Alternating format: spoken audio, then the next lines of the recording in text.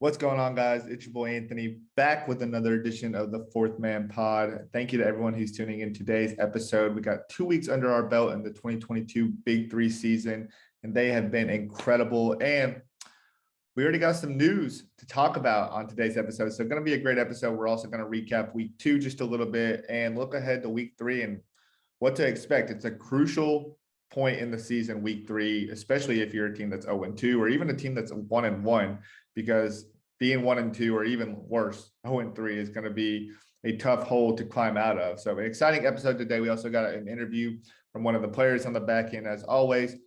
But before we get into all that, as always, if you're not already following the show on social media at Fourth Man Pod, please do so. I'll update you on the latest news, the rumors. That's where you can find the podcast episodes.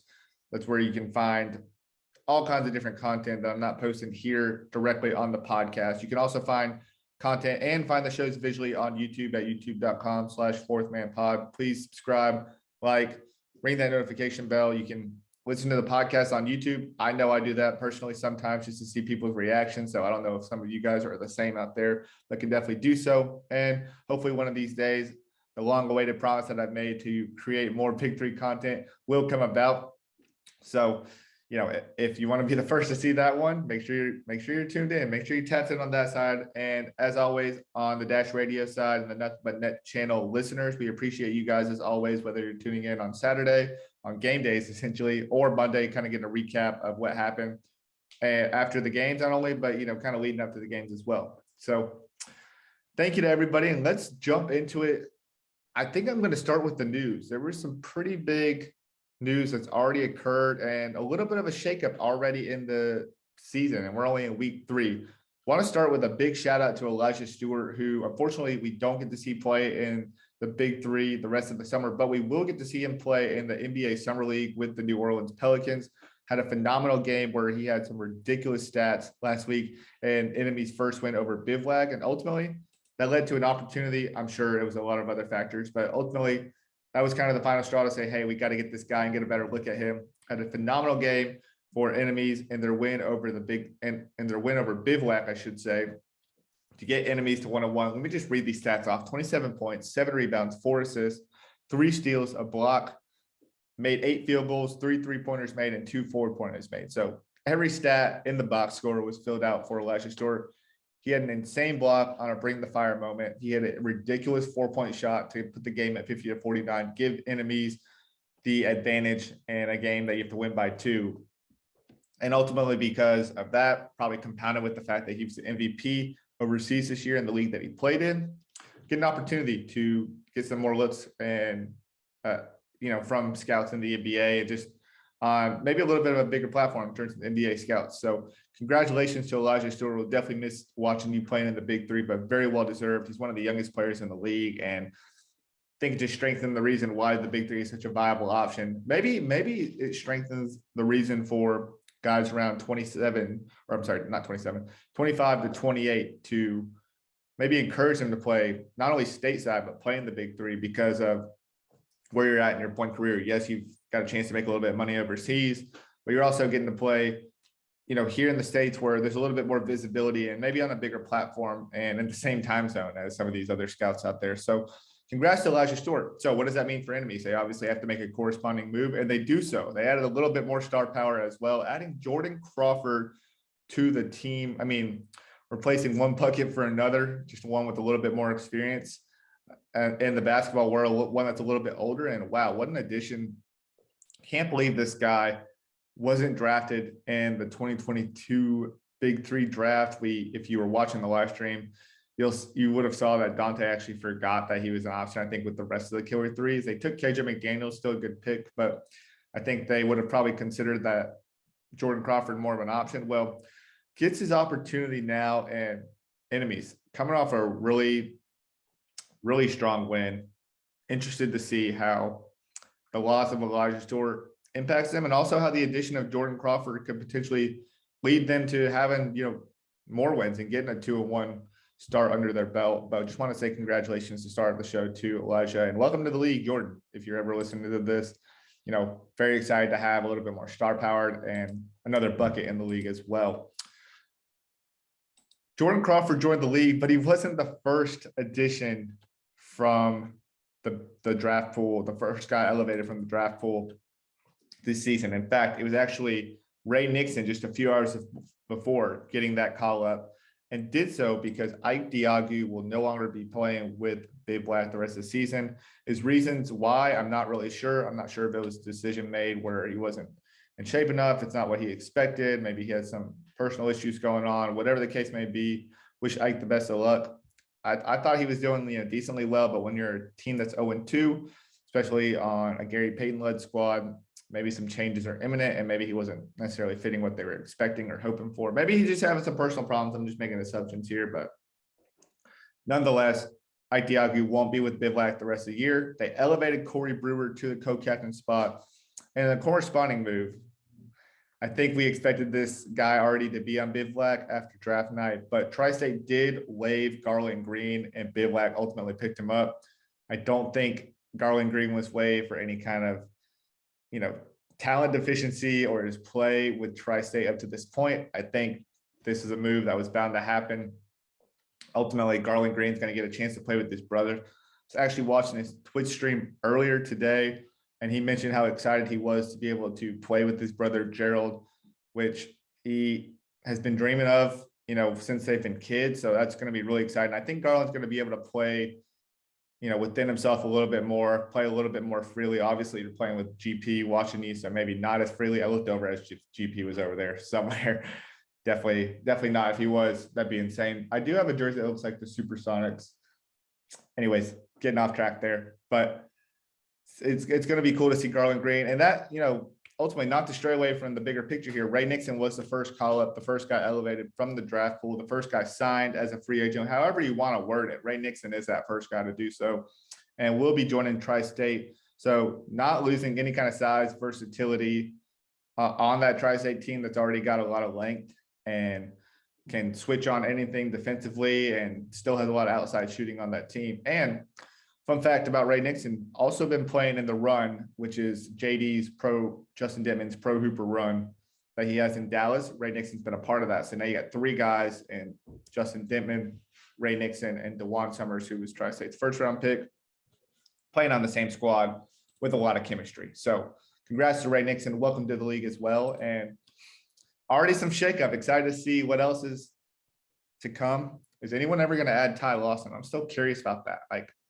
I know no one really saw him play, and people were expecting to see him at the combine, but is anyone going to take a flyer on him, especially if the team is like 0-3 or 1-2? I'm curious to see. Would be really interesting, but that's all the news in the league at the moment. Week 3 is coming up, but got to recap week 2 here briefly. We had some insane games, mostly on Sunday. It was kind of flip-flop. So the first week, all the good games were on Saturday. Some of the blowouts, or I guess all of the blowouts, were on Sunday. And this week, it was flip-flop in the sense that the Saturday games, we had a 16-point win, a 17-point win, and a 7-point win. Not much of a blowout, but in comparison to the Sunday games, where there was a 6-point win, a 3-point win, and another 3-point win, where two games went to overtime. And really what I mean by overtime is it's 50-49, and they got to play to see who wins by 2. So a lot of good games. Let's start with the Saturday games. Tri-State, Threes Company, Triplets and Aliens, and Ghost Ballers and Ball Hogs. Tri-State, you're going to hear about this a little bit more later in the show, but Tri-State came out with a huge win, winning 51-35 over Threes Company, Mario Chalmers, Michael Beasley squad. That was pretty wild to me. I've talked a lot about how I think Beasley's going to be the MVP, and Threes Company is the #1 seed right now. And to see them get blown out as bad as they did was pretty wild. Michael Beasley wasn't as efficient as he was the week prior, which I guess was bound to happen. Starting 7 for 7 is going to happen every game, but it seems like they were a little bit slower out the gates. Beasley, I don't want to say Beasley, but I would say there's less sets and less actions off those different sets necessarily. Mario Chalmers had a really good game with 15 points, but I think the bigger picture is that Tri-State was just really good, and adding Jason Richardson back into the mix made a big time impact. They scored a lot of buckets earlier. DaJuan Summers looked really good for them. He looked like he felt a little bit better. His second week into the league was hitting a lot of outside shots. Looked really good. I think for the most part, this is more about how good Tri-State can be with Jason Richardson playing. Larry Sanders didn't play, so that makes it a little bit scarier. But also, too, I think it's a reflection for Three's company to kind of look in the mirror and say, hey, we could be the best team out here, but we're going to have to play and play hard and get out to some, be able to not get into too many deep holes where we're trying to have to climb back into it. They were in a hole. They were starting to climb back, but Tri-State honestly couldn't miss. And maybe, I don't know how long that holds up as well, but Tri-State's a really good team. I just think it goes to show that this year more than ever, no team is, every team can come out and get a win regardless of who you think the underdog is. That's the best way to put it there. Now, I do want to mention Michael Beasley did go down with kind of a lower leg injury or maybe a hip injury. It looked like he kind of hit the floor hard when I think he ran into DaJuan Summers on a play there, but he did leave the game. He ultimately did come back out the tunnel. It looked like maybe he was going to play, but when the team is already down 17 or ends up losing by 17, doesn't really seem like there's a point to try to risk anything else. So hopefully Michael Beasley coming back out of the tunnel before the game was over is a good sign that we're going to be able to see him this week against three-headed monsters. But, I think that was a big key as well. Trying to make that comeback with one of your main bucket getters, arguably your best player, is going to be tough. Nonetheless, both teams are now 1-1. And talking about the Triplets Aliens game, another team that, in terms of Aliens, that has yet to be at full strength yet. They didn't have Carlos Las Manas and is very much missed. Let me put it this way. So Thomas Ivoshev did make his debut. This is Aliens can be a very good defensive team. They could be the team that hustles the most, like the best rebounding team out there. They play with a lot of grit and just tenacity, I would say. They're a very physical team as well. Like, they can play that way, but if Dushan Bullett's going to be the only guard throughout the year, they're going to be in for a long season. They started off pretty well against Triplets. The Pargo brothers went insanely off. Like, they just couldn't miss. Jeremy started off the game. Gennaro came in and kind of just left off where he started. And while Aliens was able to keep Joe Johnson, under, they were able to contain him. I'm going to give a lot of credit to Deshaun Stevens there, but Ivo Shev did his part as well.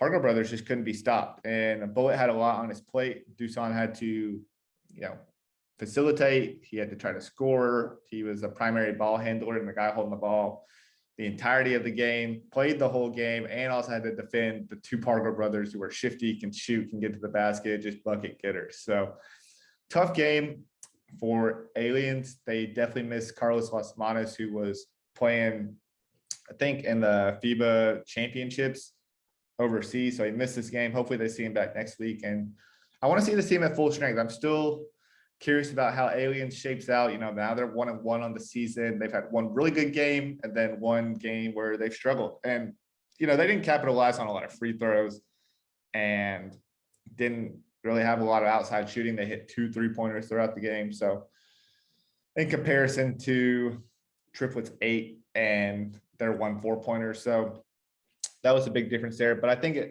out of anything, the biggest takeaway is that, I've mentioned that the addition of Jeremy Pargo was going to be make this offense a lot more lethal. And I think it just goes to show that even when Joe's off the season, you try to double him. He's not maybe hitting shots for whatever reason. Got a lot of reinforcements there, and they're going to be able to get it done defensively as well. They made enough stops.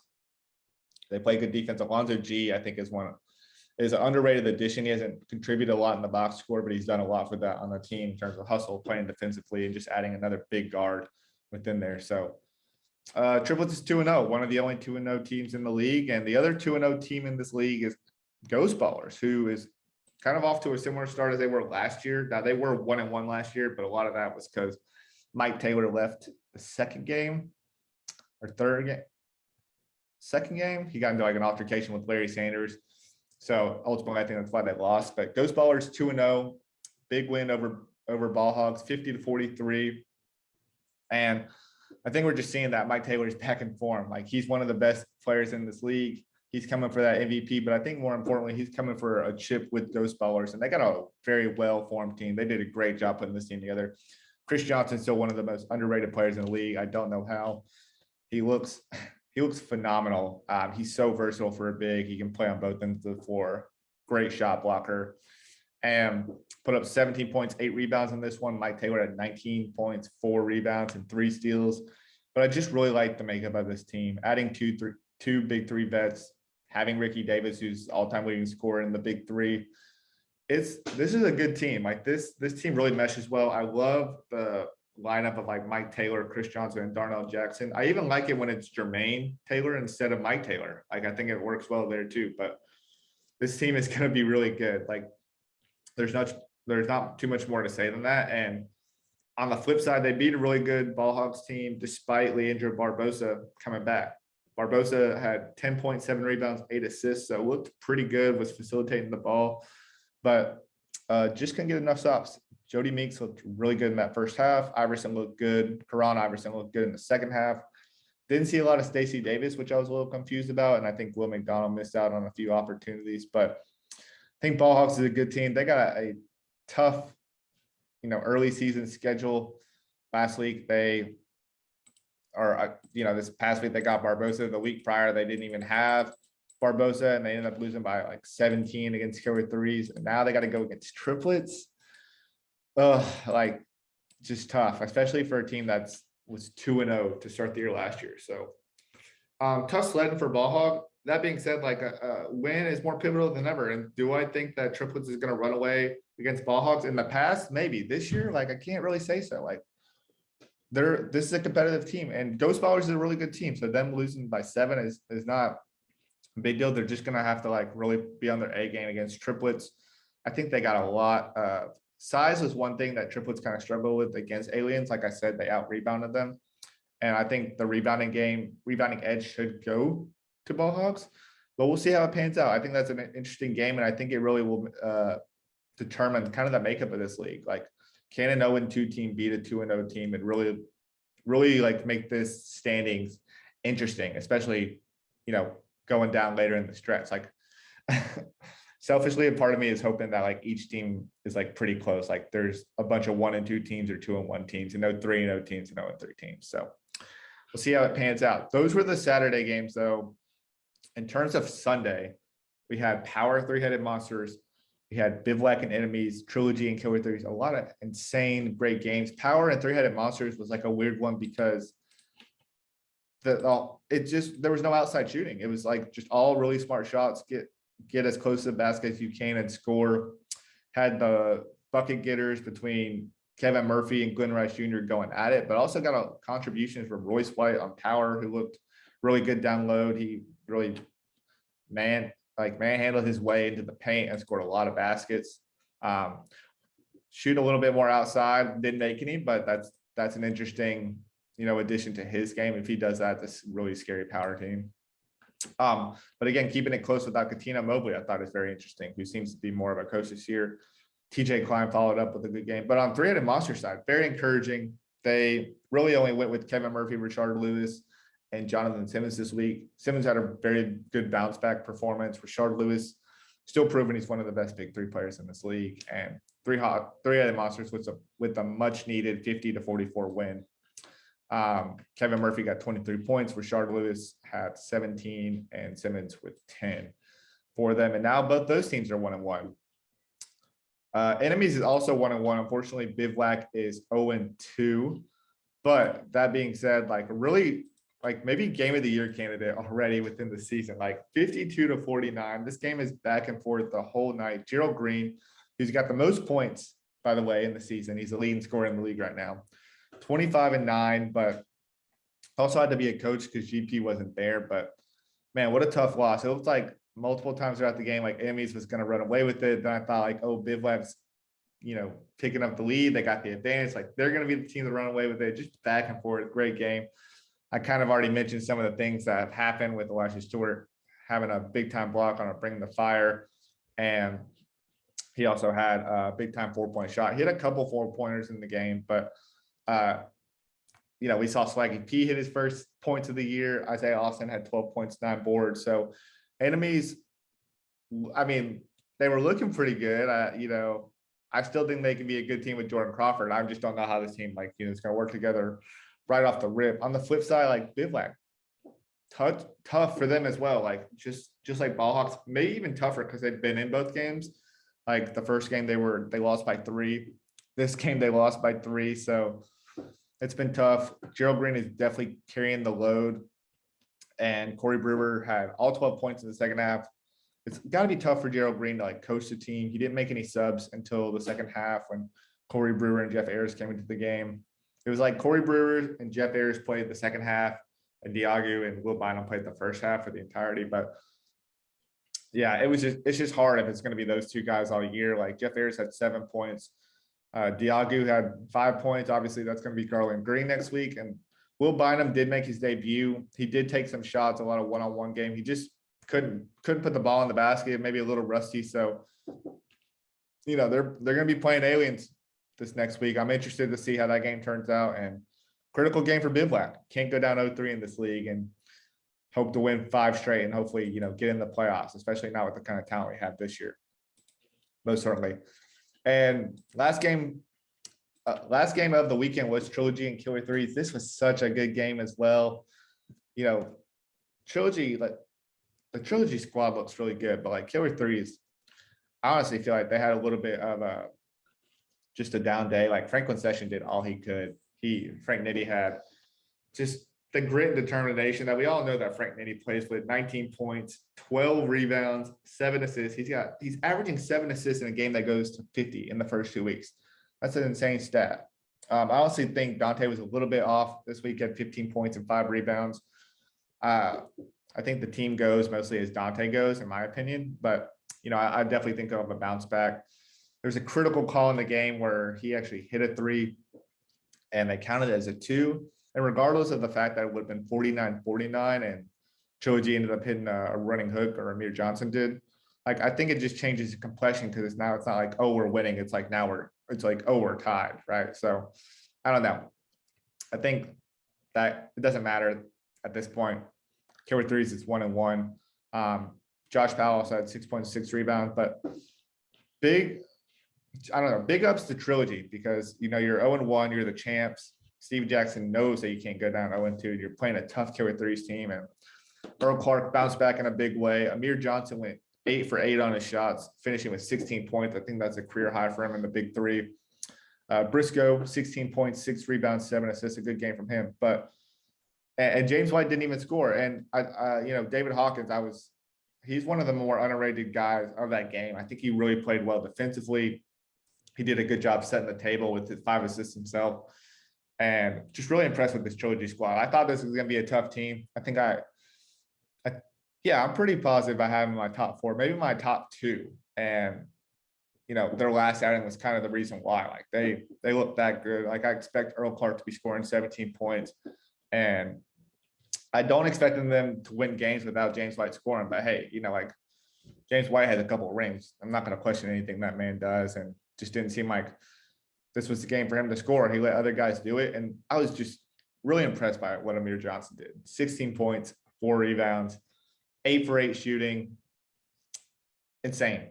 Like, well done by the Trilogy squad. But vengeful Killer Threes. I also probably didn't help that Killer Threes was down like 9 at the half. But, you know, they came back strong, tried to fight back. And ultimately, I think these are going to be 2 teams that are definitely in the hunt down the stretch. I think a lot of these teams could be, but like, if I'm looking at pretenders and contenders, these 2 teams are definitely contenders. Like, I would probably look at someone like an Aliens that could be a pretender potentially.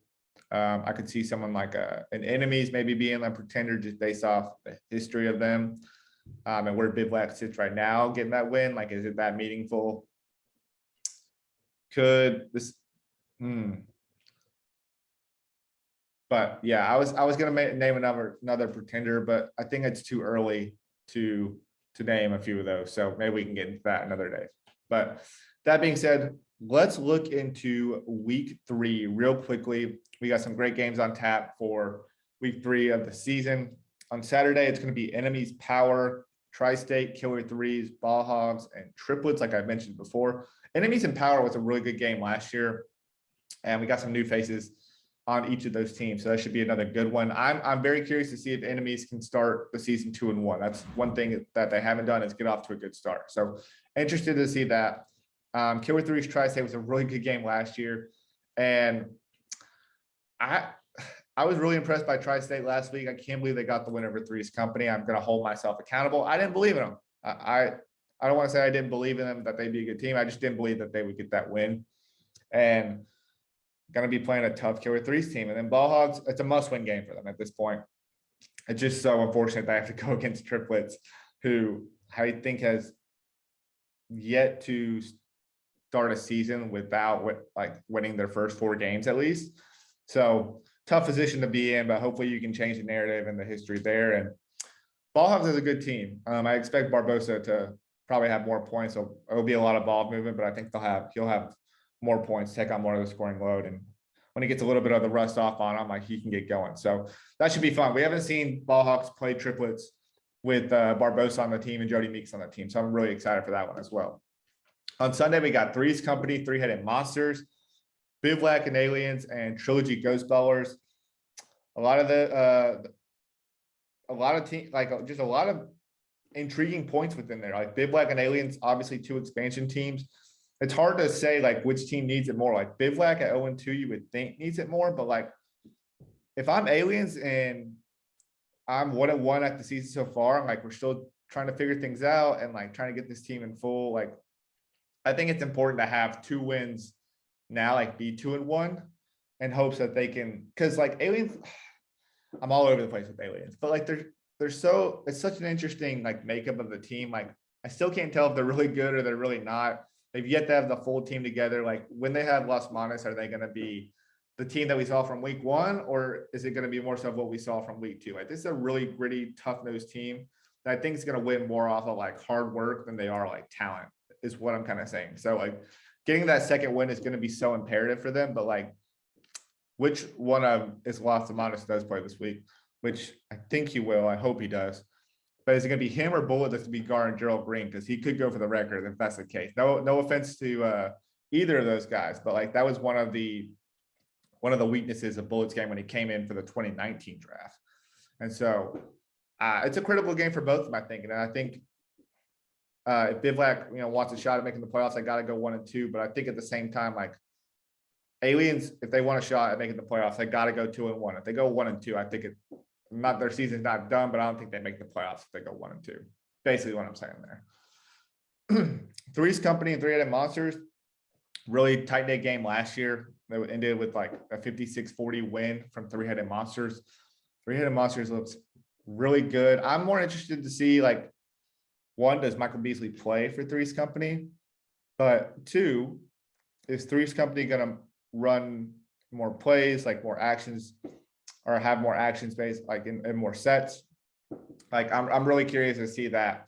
I think it's important for Three's Company that Brandon Rush gets going too. He's been a little bit slow to start the season. He had a couple easy baskets the first week, had 3, a nice little step back 3 in the last game. But I think he's going to be a critical part of what they're doing. They need more spacing. They got it with Scales, but I think they're also going to need Brandon Rush to do so and just be that scorer that he was with Aliens. He was a really good player in this league, especially when he was with Aliens. And so I'm hoping to see that transition as he's now with Three's Company. And I know it's a different role. I understand that for sure, but I think his offensive presence is going to be needed if Three's Company wants to be the best team in the league. I think they can be. Trilogy Ghost Baller is another intriguing one as well. They played last year, but if I recall correctly, Mike Taylor didn't play in that, and Trilogy ended up beating them by 17. That's when they had Jared Jack as well. So I feel like we get a real matchup of those 2 teams. Obviously, those are 2 of the longest tenured teams in the league, being 2 of the OGs. But interested to see if Ghost Ballers go 3-0. If they go 3-0, I really think this is the year they get back in the playoffs. If you haven't been following the league since year 1, you'll know that they made it the first year and haven't made it since. And it's been a lot of changes.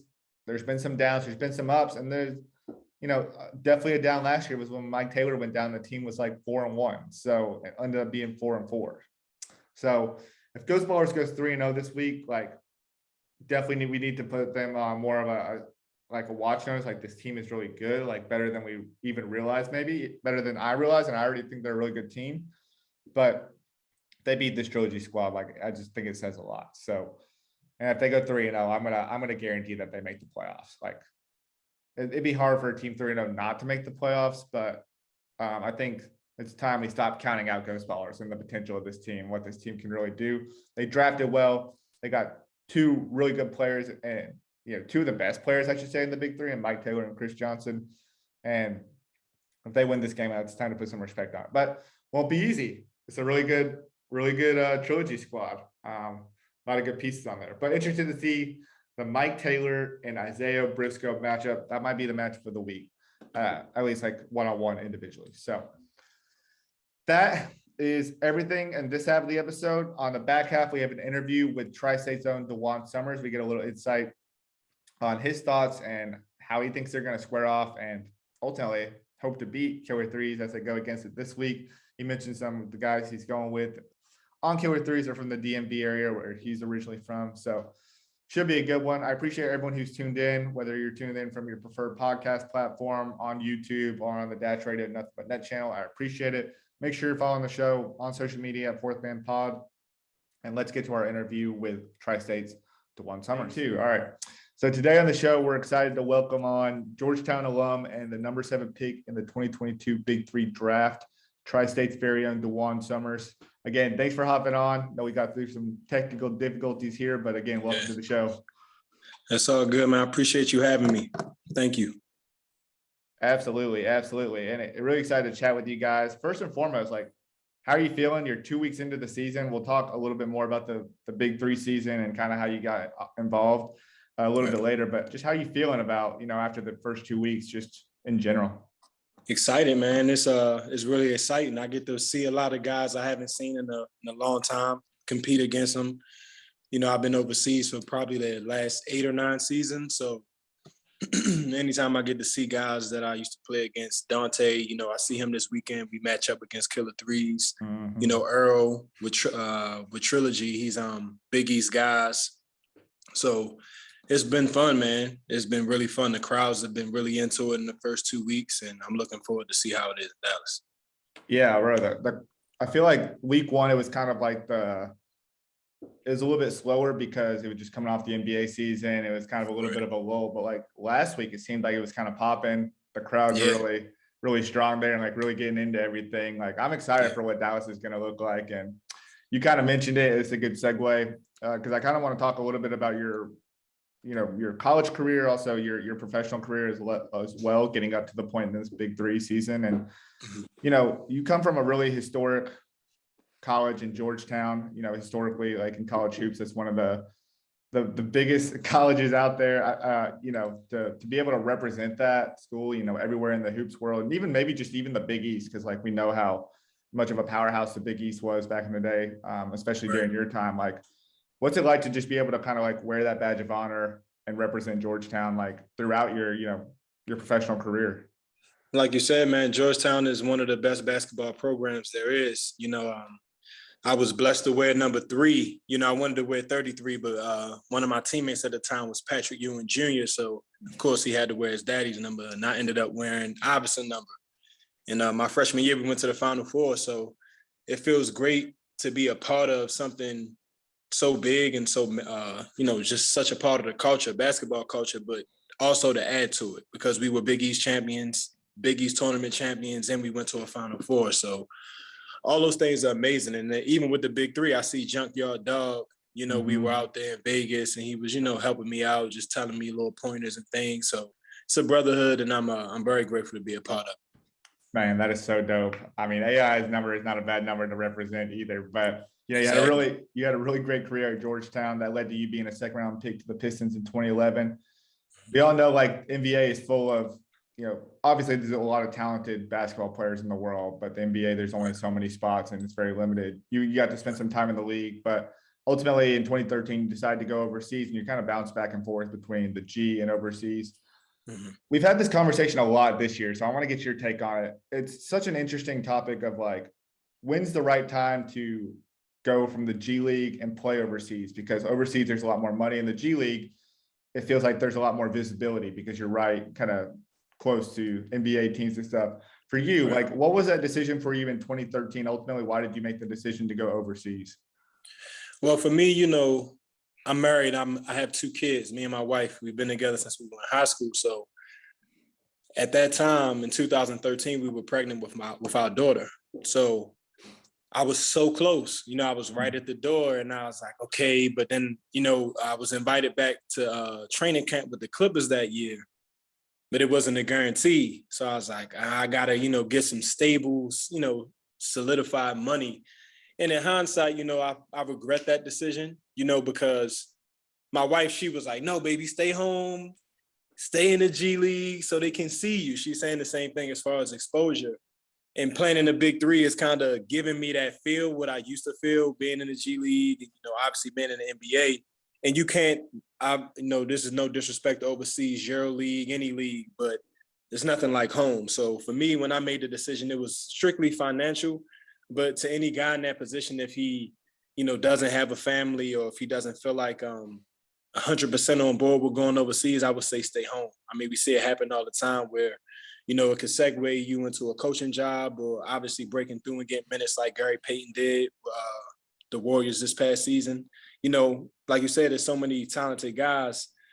It's just timing. You know, It's just timing. Like I said, any guys who are in that position and they're close, I would say stay home if you got that strong support system around you and everything like that. For me, you know, I was trying to break in and get more money. And my whole ultimate goal was to come back home, you know, to build leverage playing to get back home. But it's a completely different monster when you go overseas. Just all the countries are different, customs, culture, coaching. So, you know, it's one of those things.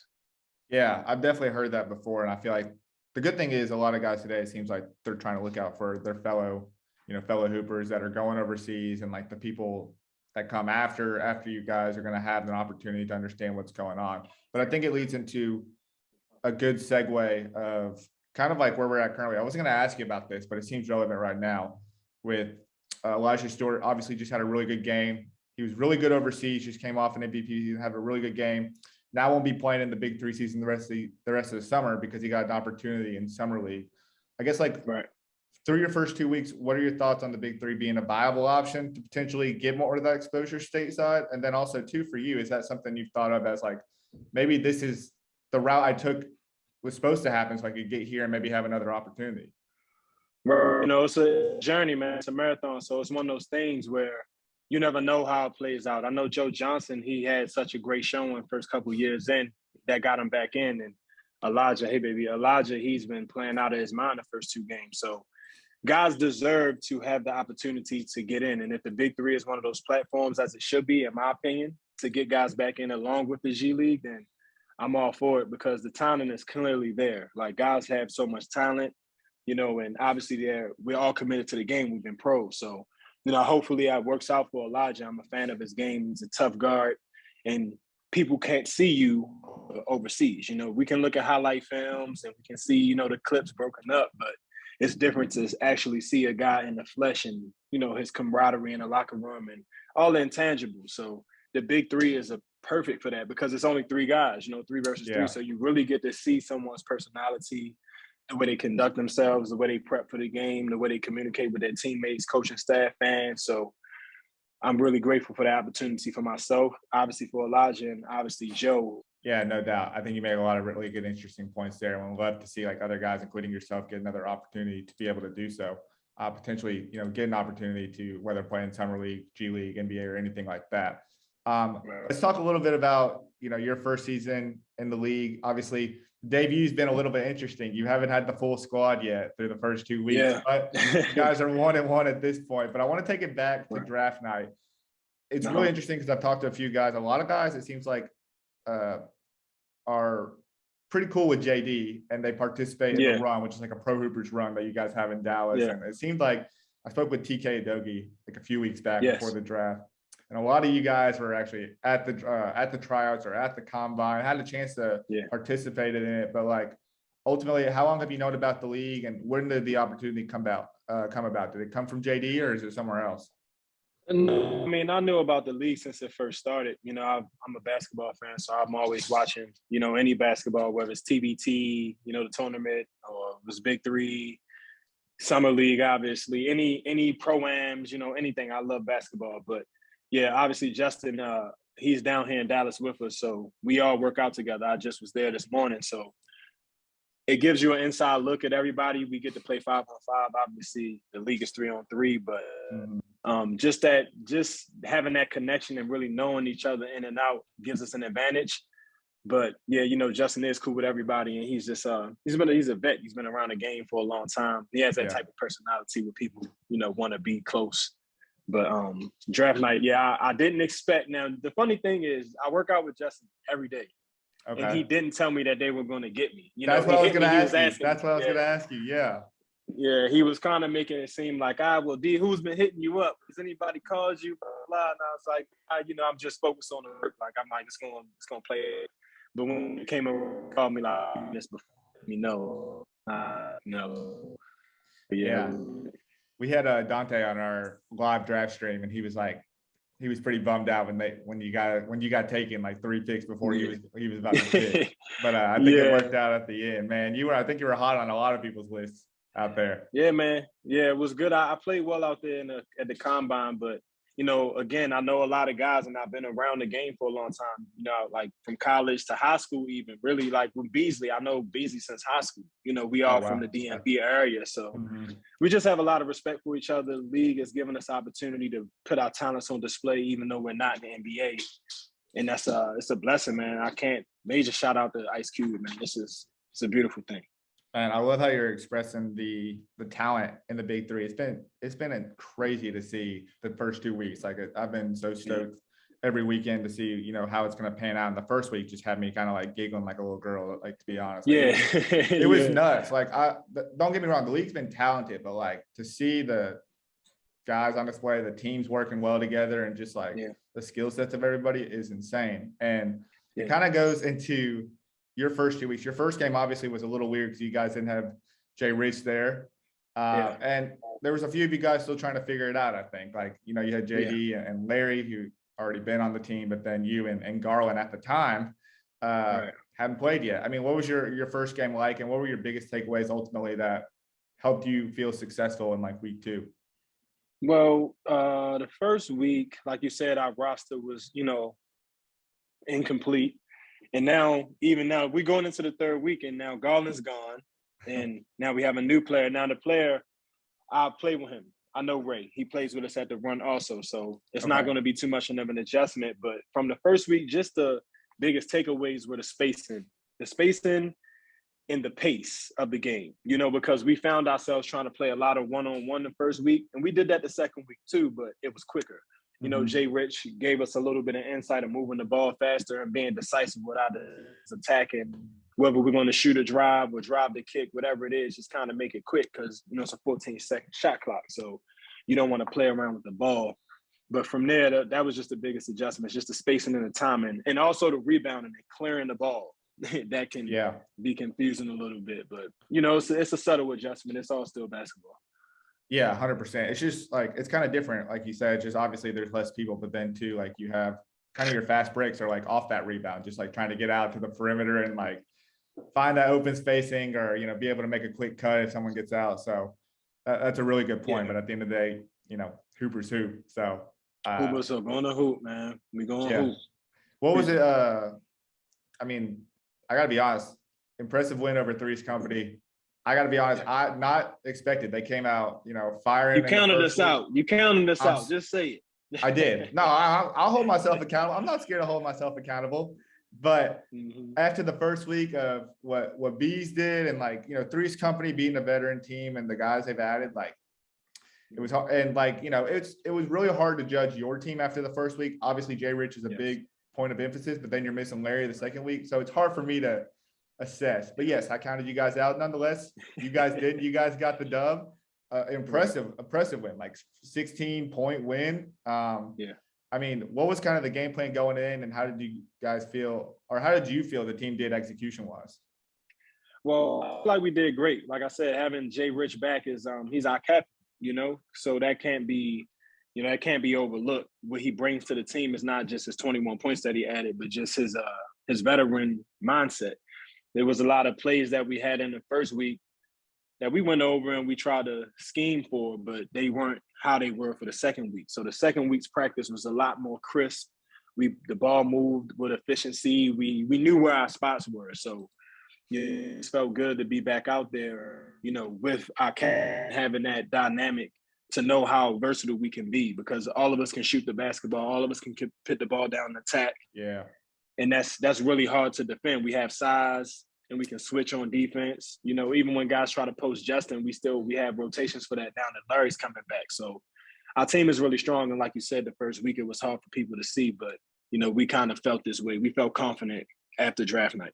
Yeah, and that's what I really liked about your team as well. Even adding Ray now, another, you know, guy with size, versatility, is going to be able to do everything. I think that Garland brought to the table is really what makes you guys scary. What do you like about the addition of Ray? Obviously, it feels like Garland being let go was more so that he had an opportunity to play with his brother, more so than the lack of talent there. But now you add Ray, another guy from the run. You guys probably have a lot of chemistry playing with each other, at least you, JD, and Ray. What do you like about what Ray brings to the table for you guys and your team? Man, Ray is hard-nosed, man. He's going to get into your chest. He's going to defend you hard. He can shoot the ball. He can stretch the defense. He has a very efficient jumper from three.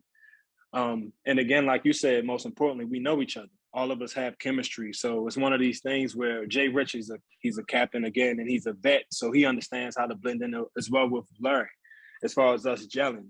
So having three guys who play together week in and week out, although we only practice once for the Big Three, that gives us an advantage. I'm really excited about it. I'm looking forward to this weekend so we can see how we practice. Well, tomorrow for the practice. Yeah, 100%. And you get to be at home, so that's dope. But I got to ask Even you this. better. Dr. J's your coach. You guys got one of the best assistant coaches in the league too, I think, and Steve Mix. I think he's a underrated factor on that Tri-State team. But just talk to me about the coaching staff and like, is it weird? Like, how would you describe Dr. J being your coach? Like, just to be honest. It's kind of surreal. You know, I was just asked about that today. My guy was like, well, man, how does it feel having Dr. J be your coach? And I was like, well, you know, I think about it, but you can't think about it when you're playing. You're just trying to focus on the game. But it kind of hits you when we getting on the bus to go to the arena and you got like 20 people outside waiting to get autographs. And we come back from practice, you got like another 20, 30 people. And Dr. J, man, his personality is just so reserved and calm. He doesn't make it a thing. He doesn't, you know, make people feel bad for asking, and he doesn't give anyone attitude. He's probably one of the best personalities I've been around with someone who has so much fame, you know. Yeah. It's kind of remarkable. Man, just smooth as ever. And super smooth. Super smooth. Man, I can definitely see that. That's pretty dope. And you kind of alluded to it a little bit. You got a big matchup against Killer Threes. Dante's one of your guys, one of the DMV guys that you get to go against. Yes, sir. They're coming off a tough L. Like, they're coming off a tough season. Loss. A tough season in general. Like, they came off to a rough start, won like 5 in a row. Probably should have played another team to try to get into the playoffs. Didn't get the chance to. Didn't make the playoffs. Have a good week 1. Week 2, very tough loss. And now a critical point in time. Like, being 1 and 2 is a big difference from 2 and 1 in an 8-game season. So what are going to be some of the keys to making sure that you get that second win and making sure, despite probably like, you know, a vengeful Killer Threes coming out, you know, what are some of the keys to stopping them?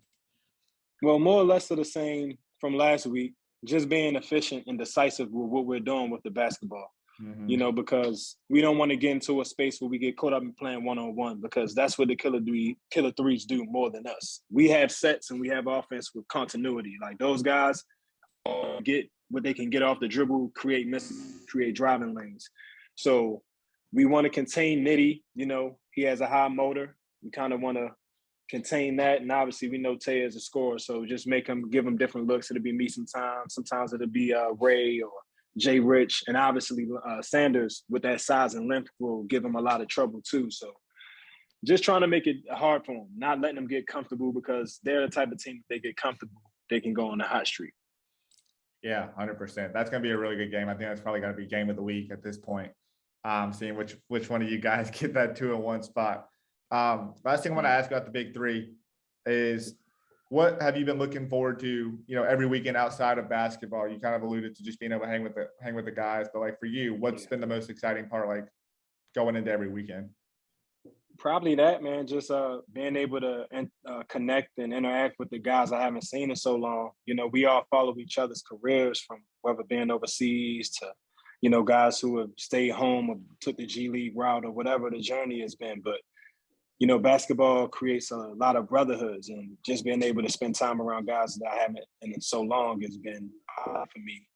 And obviously, playing at home in front of family and friends, just being able to talk trash with the fans, like have fans engage with you, and it's in a language you understand, because they do that overseas, but it's in their language, So those two things have been the biggest takeaway. It's like it's rejuvenating. It's another level of energy that it gives me just to be home and represent my family and represent, obviously, my school, just my journey and story that people know.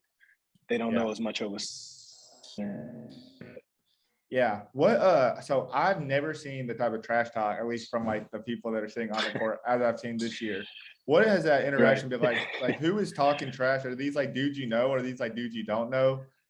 Nah, last game it was the celebrity row, like the guys from the Shy.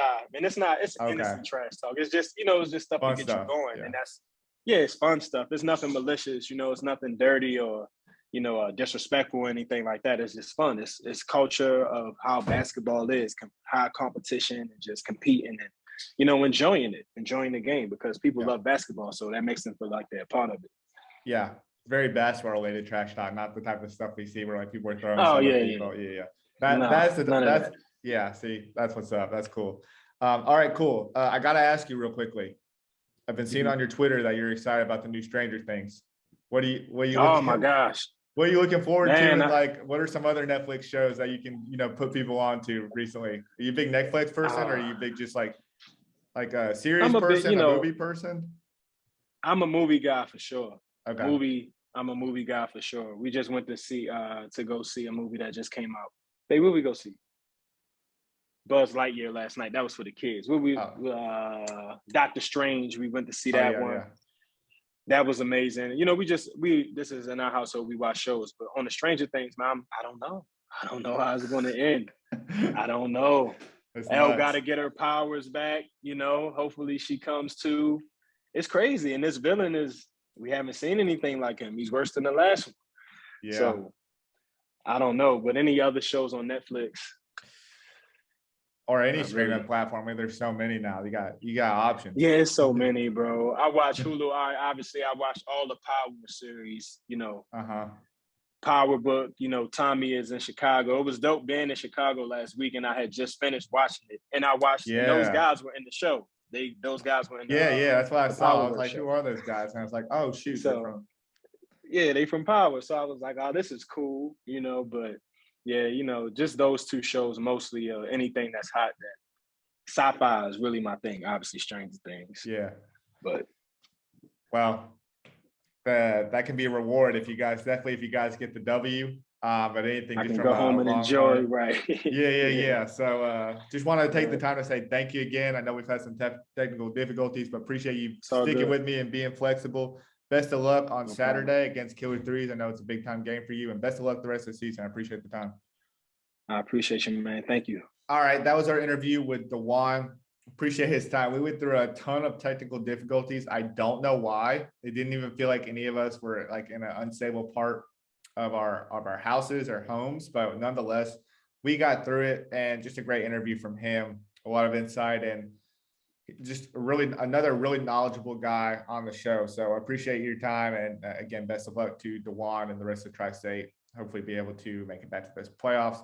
And thanks to everyone who tuned in. I appreciate you guys. I don't think I really mentioned this before, but this is episode 101. So we just crossed the 100 episode mark, and just a huge thank you to everyone who supported. It's obviously been a long journey going through, a season or a league that only plays in the summer. So there's long off seasons. Then we had the year off. But I appreciate everyone who stuck around. I appreciate all the new listeners who have tapped in, and everyone who's reached out to me and appreciate what I've done or said I've done a good job on the show. Like, or appreciated my insight just because I've been watching the league for a little while and want my, insight from a historical purpose standpoint, like whatever the case may be, like all of that is so greatly appreciated. I can't even put into words how much that means to me, because at the end of the day, like the whole reason we're making this is just, I really love this league and I want more people to know about it. And I want more people to be informed about it. And I want more people to hear from players that are really good. They maybe had some NBA experience, but didn't necessarily pan out in the way they wanted to, but they're still really good basketball players and probably deserve a second chance, another shot, or at least deserve a shot for other people to watch them on a big stage. This is a really fun, innovative league, and I've just been happy to be a part of it. And I just want to say thank you to everyone who's tuned in, whether you've tuned into one episode or all 101 episodes at this point. So very much appreciated. More to come. This is just the beginning. Got a long way to go. A lot of people to interview, a lot more content to make. So thanks to everybody who tuned in. Make sure you're following the show on Fourth Man Pod on social media, subscribed on YouTube, and on Dash Rated and Nothing But Net channel. We love you guys as always for tuning in on Saturday and Mondays. Thanks everybody, and let's get into week 3. It should be a great week 3, and we'll see you guys next time.